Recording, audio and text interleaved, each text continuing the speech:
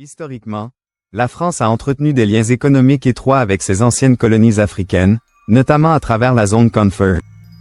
Cependant, cette relation a suscité des critiques, certains estimant que la France exerçait une forme de contrôle économique sur ces pays.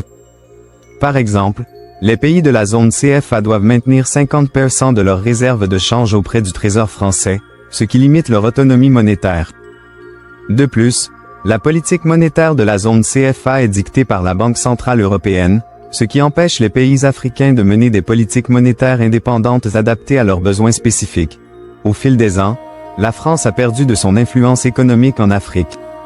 Entre 2000 et 2021, la part de marché de la France en Afrique a chuté de 10,6% à 4,4%, tandis que celle de la Chine est passée de 3,8% à 18,8%.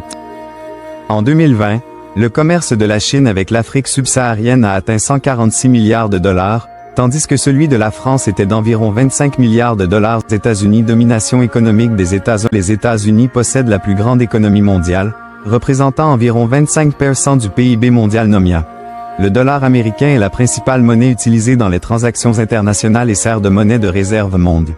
Cependant, cette position dominante a des implications pour d'autres nations.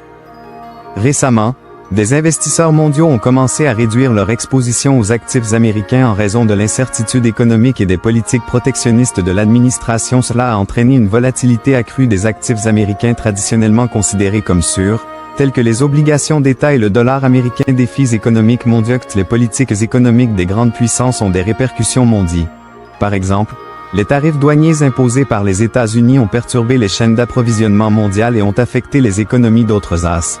L'absence de réponse coordonnée lors des réunions du FMI et de la Banque mondiale en avril 2025 a mis en évidence les tensions croissantes entre les nations et la difficulté de parvenir à un consensus sur les politiques économiques mondiales. De plus, la baisse de la confiance mondiale dans le dollar américain, en raison de décisions économiques erratiques, pourrait affaiblir la position des États-Unis en tant que principale monnaie de réserve mondiale.